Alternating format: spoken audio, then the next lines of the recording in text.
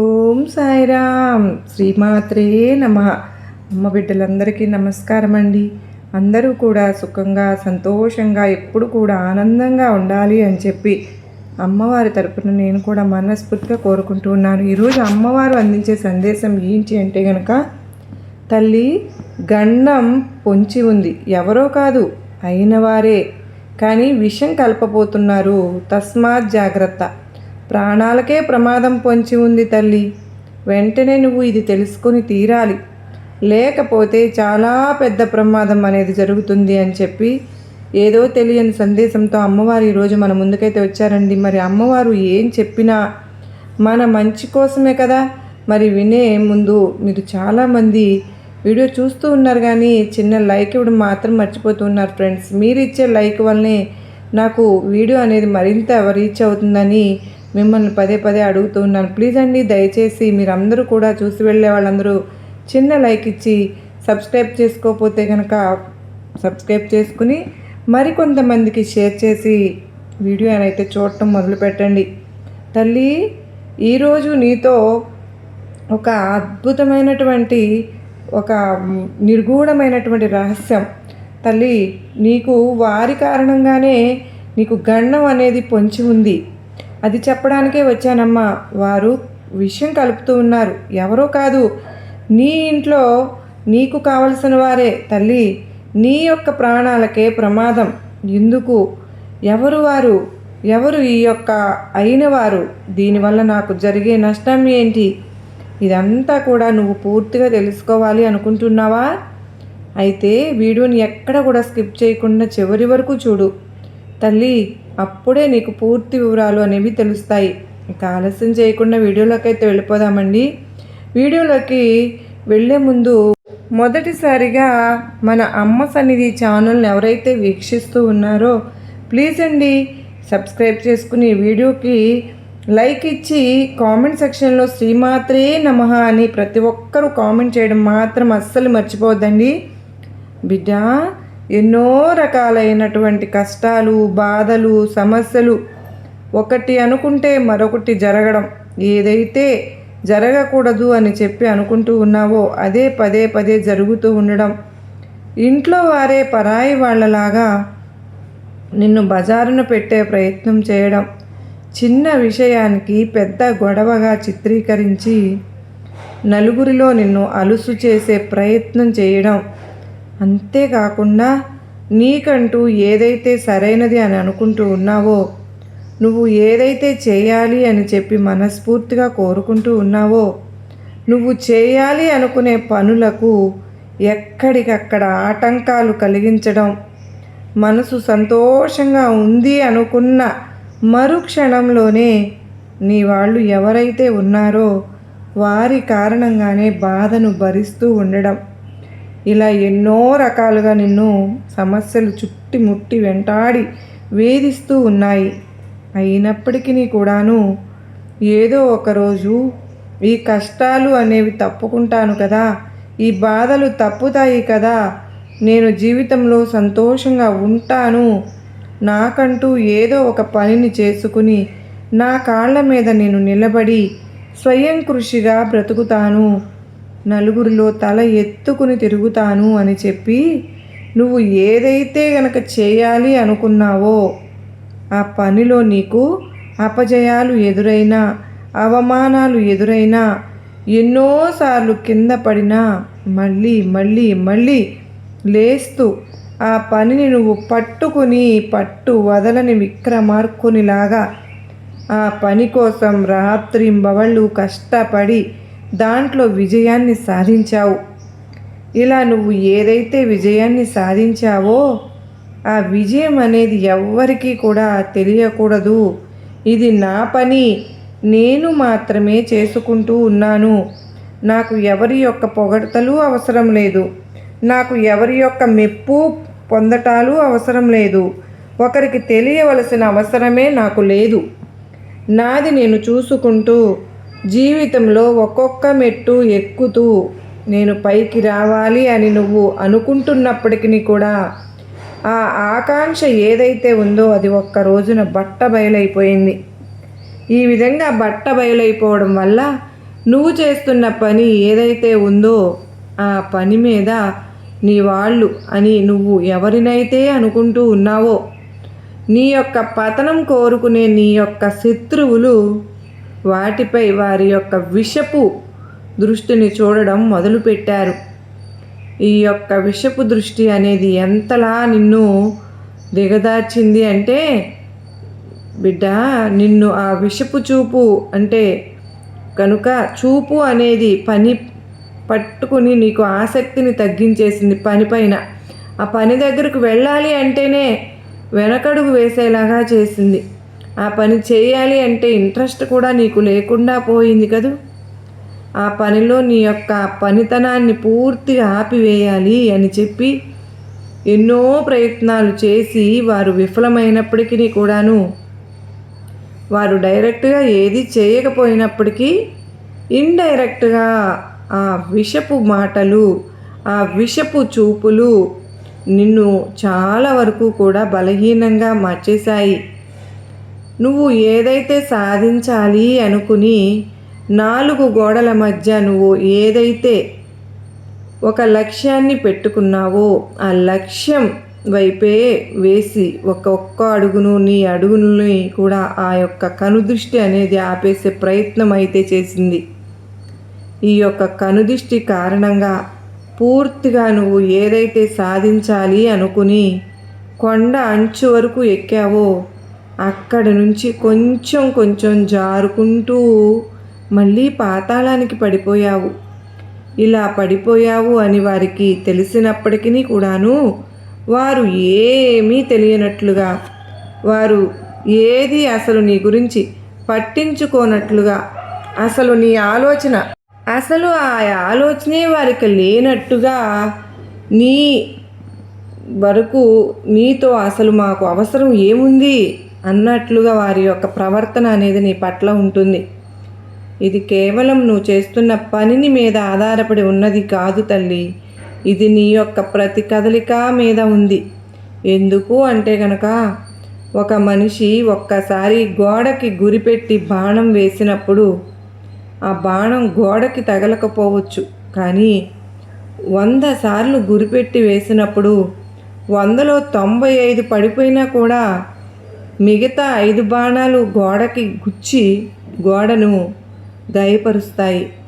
అలాగే ఇప్పుడు వారి యొక్క చూపులు, వారి యొక్క మాటలు ఏవైతే ఉన్నాయో అవి 100 సార్లు నిన్ను అన్నప్పటికీ 100 సార్లు తగలకపోయినా 10 సార్లు అయినా కానీ నిన్ను బాగా ఏకంగా నీ యొక్క ఎఫైర్స్కే తగిలాయి. ఆ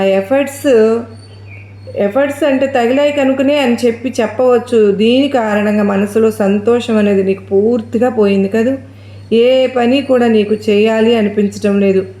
ఆ ఎఫర్ట్స్ పెట్టి ఎంతో సంతోషంగా ఉన్నావు నువ్వు ఆ పని మీద, కానీ వాళ్ళ రోజున తలనొప్పితో ప్రతిరోజు కూడా నరకాన్ని అనుభవిస్తూ ఉన్నావు. తిండి కూడా నీకు సహించడం లేదు. సరే, కనీసం పడుకుంటే బాధలు మరచిపోయి హాయిగా బ్రతుకుదాము అని అనుకుని కాసేపు నిద్రపోదాములే అనుకుంటే నిద్ర కూడా నీకు సరిగ్గా పట్టడం లేదు. ఈ యొక్క నీ అయిన వాళ్ళే అని ఎవరైతే నువ్వు అనుకుంటూ ఉన్నావో అటువంటి పరాయి వారి యొక్క విషపు చూపు నీ మీద పడింది. ఇది నిన్ను 4 రకాలుగా కూడా నాశనం చేస్తుంది. ఇటు వృత్తిపరంగా, ఇటు కుటుంబ పరంగా, ఇటు నిన్ను మానసికంగా, ఇటు శారీరకంగా, ఇన్ని రకాలుగా మనిషి మీద ఒకరి యొక్క చూపు మాట పడినప్పుడు ఆ మనిషి తన జీవితంలో ఎన్ని కోల్పోతాడో తెలుసా? ఎంత నరకయాతనను అనుభవిస్తాడో తెలుసా? ఇటు సరైన వృత్తి అనేది కలిసి రాకపోవడం వల్ల, ఇటు ఆరోగ్యం అనేది సహకరించలేకపోవడం వల్ల, మానసికంగా కృంగిపోవడం వల్ల, ఇలా ఇంట్లో గొడవలు, చికాకులు, భార్యాభర్తల మధ్య సమస్యలు, పిల్లలు చెప్పిన మాట వినకపోవడాలు, తరచుగా ఇంట్లో పెద్దగా అరుపులు, కేకలు, దీనివల్ల నలుగురిలో పరుగు నష్టం, ఇవన్నీ కూడా కేవలం వారి యొక్క చూపు వల్ల మాత్రమే పడుతూ ఉన్నాయి అని చెప్పి నువ్వు గ్రహించలేకపోతూ ఉన్నావా? లేదా గ్రహించి చేసేదేమీ లేదు అని చెప్పి సరిపెట్టుకుని ఉంటున్నావా? తల్లి, నీకు ఒక్కసారైనా నీ దుర్గమ్మ గుర్తుకు రాలేదా? దుర్గమ్మ, నా కష్టాలను నువ్వే చూస్తున్నావు కదా అని నా దగ్గర ఒక్కసారి చెప్పే ప్రయత్నం అనేది నీకు చెయ్యాలనిపించలేదా? తల్లి, ఇటువంటి వారి చూపులు, ఇటువంటి వారి ఏడుపులు నీ పైన ఉండడం వల్లనే ఇంత నష్టం జరుగుతోందమ్మా. ఏ రోజుకైనా నువ్వు గ్రహిస్తావు అని చెప్పి నేను కూడా చూస్తూ ఊరుకున్నా కూడా ఏమైనప్పటికీ కూడాను బిడ్డ, ఇక ఉండలేవట్టలేక నీకు ఒక మాట చెప్తున్నాను, జాగ్రత్తగా విను. ఈ యొక్క చిన్న జీవితం అనేది ఎప్పుడు ఎవరు ఏ విధంగా ఎలా పోతారు ఎవరికి కూడా తెలియదు. నీటి మీద బుడగ లాంటి ఈ యొక్క జీవితానికి ఎన్నో ఆంక్షలు, ఆటంకాలు, డబ్బు మీద ప్రీతి, ప్రాణం మీద ప్రీతి, ఆరోగ్యం మీద ప్రీతి, శరీరం మీద ప్రీతి, వయస్సు మీద ప్రీతి, మనుషుల మీద స్వార్థం, ఈర్ష్య, అసూయ, కుట్ర, ఇటువంటివి ఎన్నింటితోనూ మానవుని యొక్క మనసు నిండిపోయి ఉంటుంది. కానీ ఎప్పుడైతే ఆ యొక్క మనిషి మనసులో కల్మషం అనేది ఉండదో, పసిపిల్లల మనస్తత్వం ఆ యొక్క వ్యక్తికి ఉంటుందో, అంటే ఏది ఎంతవరకు నాకు దక్కాలని రాసి పెట్టి ఉంటే అంతవరకు మాత్రమే నాకు దక్కుతుంది, నాది కానిది నేను ఏది కూడా తాకను, నాకు అవసరమైనది నేను కష్టపడి సంపాదించుకుంటాను, ఆరోగ్యం కోసం నేను ఏదైతే ప్రయోగాలు చేయాలో, ఏవైతే పనులు చేయాలో, ఏవైతే ఒక క్రమశిక్షణ పాటించాలో అన్నీ పాటిస్తాను, ఇక నేను చేయగలిగింది చేసిన తరువాత అంతా కూడా భగవంతుని మీద వదిలేస్తాను అని చెప్పి ఎవరైతే వారి యొక్క జీవితాన్ని టేక్ ఇట్ ఈజీగా తీసుకుంటారో వారి జీవితమే ప్రశాంతంగా ఉంటుంది.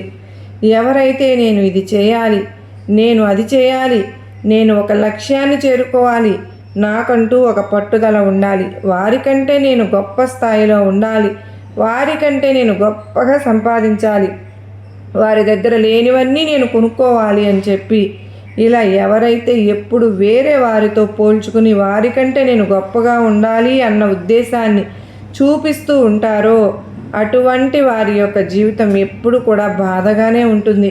బిడ్డ, ఒక్క విషయం చెప్తాను, జాగ్రత్తగా విను.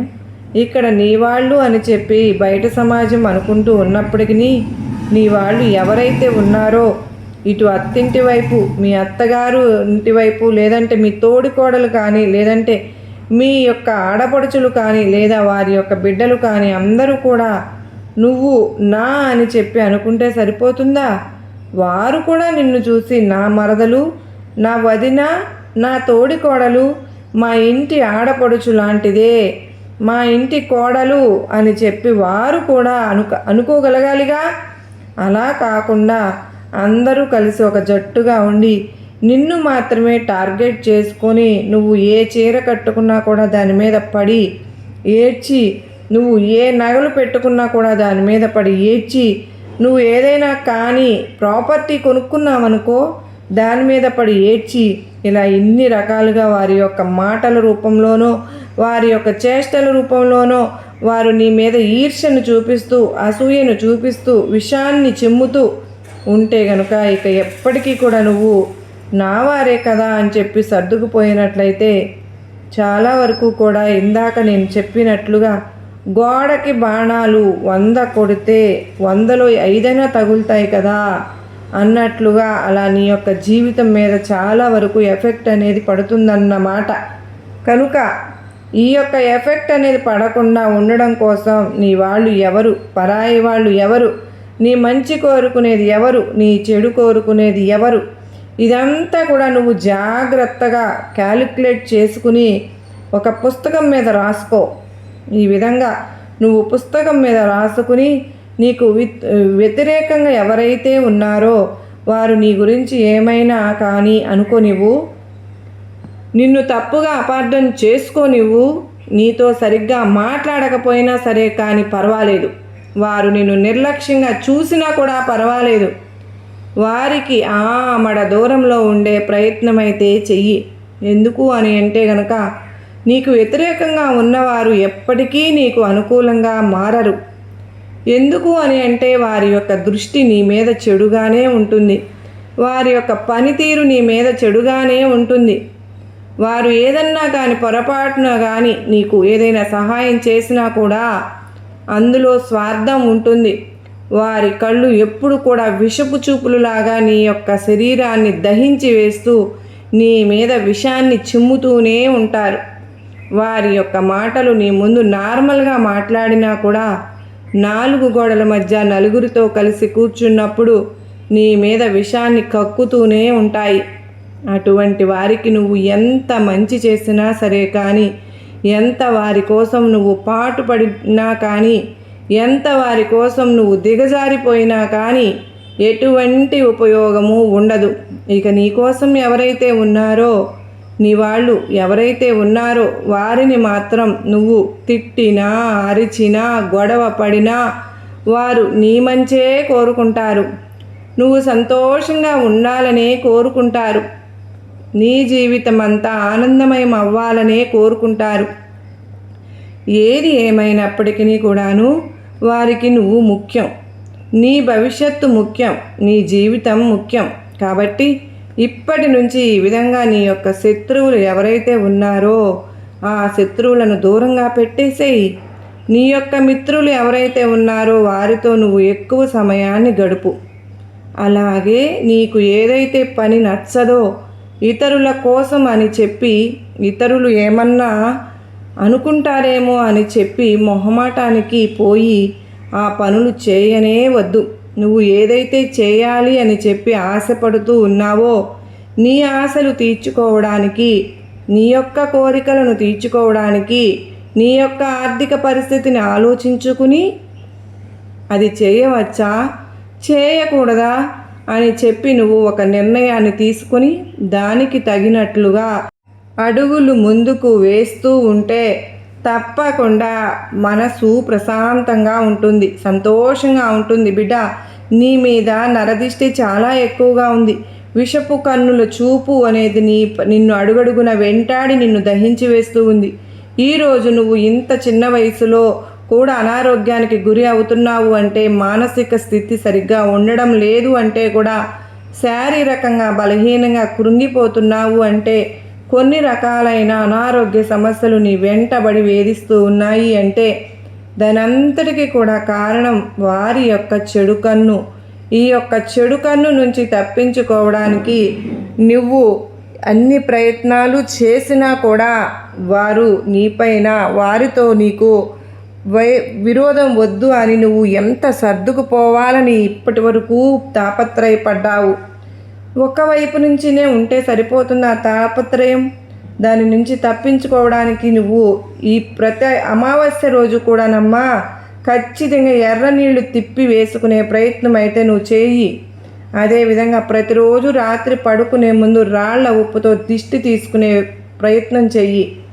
బయటకు వెళ్ళేటప్పుడు జోబులో ఒక పచ్చటి నిమ్మకాయను పెట్టుకుని నువ్వు వారితో పాటు ఫంక్షన్స్కి వెళ్ళాల్సి వచ్చినా, ఏదైనా పెళ్ళి పేరెంటాళ్ళకు వెళ్ళాల్సి వచ్చినా ఆ నిమ్మకాయను నీ బ్యాగ్లో పెట్టుకుని ఇంటికి రాగానే ఆ నిమ్మకాయతోటి ఎడమ చేతి వైపు 3 సార్లు, కుడి చేతి వైపు 3 సార్లు తిప్పి ఆ నిమ్మకాయను దూరంగా విసిరి పడేసేసి కాళ్ళు చేతులు కడుక్కొని లోపలికి వెళ్ళు. బిడ్డ, నరుల దిష్టికి నల్ల రాళ్ళు సైతం పగిలిపోతాయి కనుక ఇటువంటి వారితో గండాలు ఏర్పడే అవకాశం ఉంటుంది, ప్రమాదాలు జరిగే అవకాశం ఉంటుంది. కొంతమంది చూపు తాచుపాము చూపు కంటే కూడా ప్రమాదకరమైనది. కొంతమంది నాలుక తాచుపాము విషము నాలుక కంటే కూడా ప్రమాదమైనది. అందులో నీ యొక్క దురదృష్టం ఏమిటో కానీ నీ యొక్క అయిన వాళ్ళతోనే పరాయి వాళ్ళలాగా చూసేవారు ఉన్నారు. వారు నీ మీద ఎప్పటికప్పుడు కూడా విషం నూరుతూనే ఉంటున్నారు కూడా. ఆ యొక్క విషం నూరే పద్ధతిలో వారికి కనుక నువ్వు చిక్కావు అంటే నిన్ను, నీ యొక్క ప్రాణాలను వాళ్ళు హరించుకు వేస్తారు. అందుకే తస్మాత్ జాగ్రత్త. అటువంటి వారితో ప్రమాదం అనేది పొంచి ఉంది. ఎప్పటికప్పుడు కూడా మెలకువతోటి ఉండి జాగ్రత్తగా గనక, తెలివిగా గనక ఆచితూచి అడుగు వేసే ప్రయత్నం అయితే చేస్తూ ఉండు. అది నీ భవిష్యత్తుకు పునాది అవుతుందని గుర్తుపెట్టుకో అని చెప్పి ఈరోజు అమ్మవారు మనకు చాలా చక్కటి సందేశాన్ని అందించారండి. నిజంగా మరి ఈ సందేశంలో ఎంతో గొప్ప ఆంతర్యం ఉంది కదూ. మనం అర్థం చేసుకోవాలి. కానీ మరి ఈ సందేశం మీ అందరికీ కూడా నచ్చింది, అర్థమైంది అని చెప్పి అనుకుంటున్నాను. నచ్చింది, అర్థమైంది, గొప్ప నమ్మకాన్ని, ధైర్యాన్ని కలిగించింది అని చెప్పి మీకు కనుక అనిపిస్తే ఈ వీడియోకి ఒక చిన్న లైక్ అయితే ఇవ్వండి. లైక్ ఇచ్చిన వెంటనే మీరు సబ్స్క్రైబ్ చేసుకుని కామెంట్ సెక్షన్లో శ్రీమాత్రే నమః అని టైప్ చేయడం మాత్రం మర్చిపోవద్దు. మొదటిసారి మన అమ్మ సన్నిధి ఛానల్లోకి వచ్చినట్లయితే మన ఛానల్ సబ్స్క్రైబ్ చేసుకుని సపోర్ట్ చేయండి. మరలా మరో చక్కని వీడియోతో మళ్ళీ కలుసుకుందామని. అంతవరకు అమ్మవారి యొక్క ఆశీస్సులు మనపైన, మన కుటుంబ సభ్యులందరిపైన ఎల్లా కాలము ఉండాలని చెప్పి మనస్ఫూర్తిగా కోరుకుంటూ అందరికీ నమస్కారం అండి. ఓం సాయిరామ్. శ్రీమాత్రే నమః. సర్వే జనా సుఖినో భవంతు. లోకా సమస్తా సుఖినో భవంతు.